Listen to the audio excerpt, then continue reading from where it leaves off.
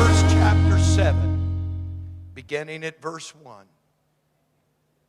And it came to pass on the day that Moses had fully set up the tabernacle and had anointed it and sanctified it and all the instruments thereof, both the altar and all the vessels thereof, and had anointed them and sanctified them, that the princes of Israel, heads of the house of their fathers, who were the princes of the tribes, and were over them that were numbered, offered. And they brought their offering before the Lord, 6 covered wagons and 12 oxen. A wagon for 2 of the princes, and for each one an ox. And they brought them before the tabernacle. And the Lord spake unto Moses, saying, Take it of them, that they may be to do the service of the tabernacle of the congregation. And thou shalt give them unto the Levites, speaking of the oxen and the carts, or wagons.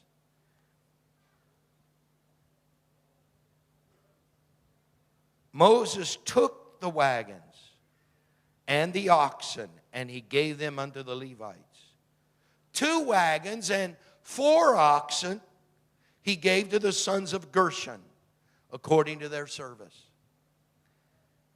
And 4 wagons and 8 oxen he gave unto the sons of Merari, according unto their service, under the hand of Ithamar, the son of Aaron the priest.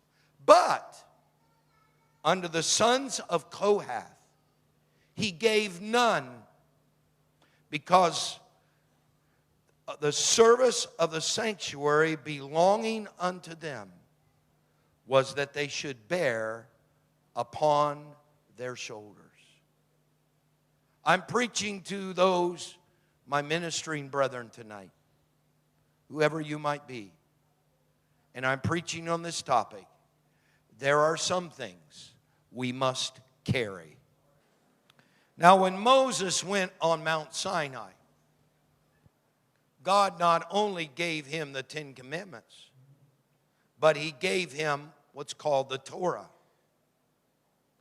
Much more commandments than just the 10.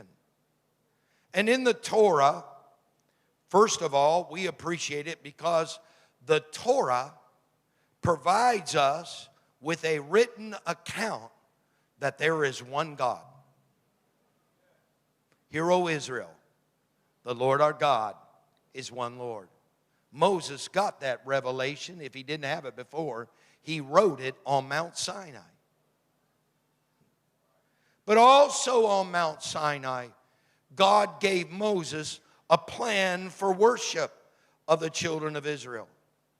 A worship plan and a plan for sacrifice to God. And included in this plan was the tabernacle in the wilderness.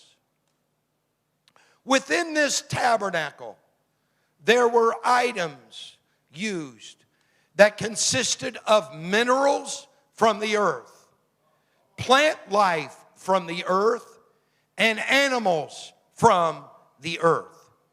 It was an earthly tabernacle. The minerals such as gold, silver, brass, and precious stone all needed harvested from the core of the earth. Then there was plant life that contributed to such items as fine linen, as the wood that was used to support the structure, and oils and spices that were used in worship. And from the animal kingdom, there was the blue and the purple that actually would have come from shellfish. Now, they had to work to get shellfish in the wilderness. Somebody had to take a trip. Somebody had to go shell fishing. They would have gotten the scarlet from a worm. There was goat's hair. There were ram skins. There were badger skins that were also used for coverings of the tabernacle.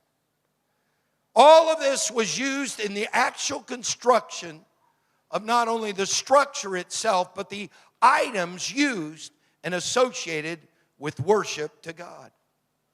When it was built, which we read in Numbers chapter 7 in verse 1, that it was completed. When it was built, there were many, many parts, all of which were dictated by God to Moses. He made it according to the plan that God had given him on the mount. And all of which was needed.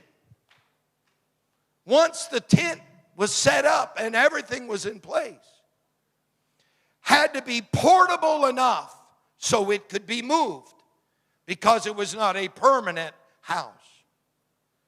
And so when it was moved, it had to be packed up by somebody and moved wherever to God wished the people to camp next.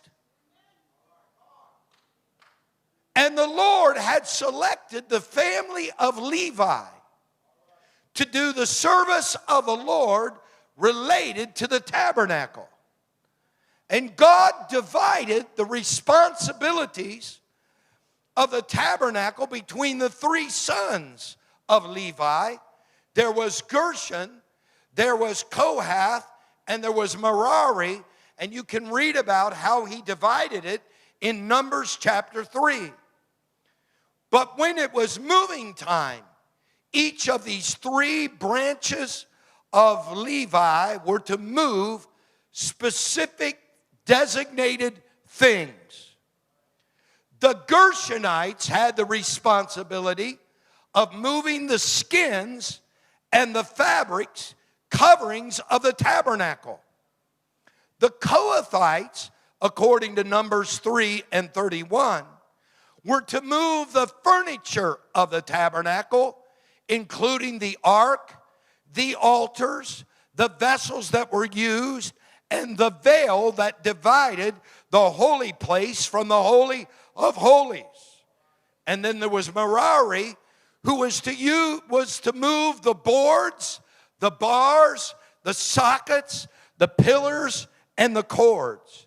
All of this was organized and ordained by God that these Levites should move these specific items.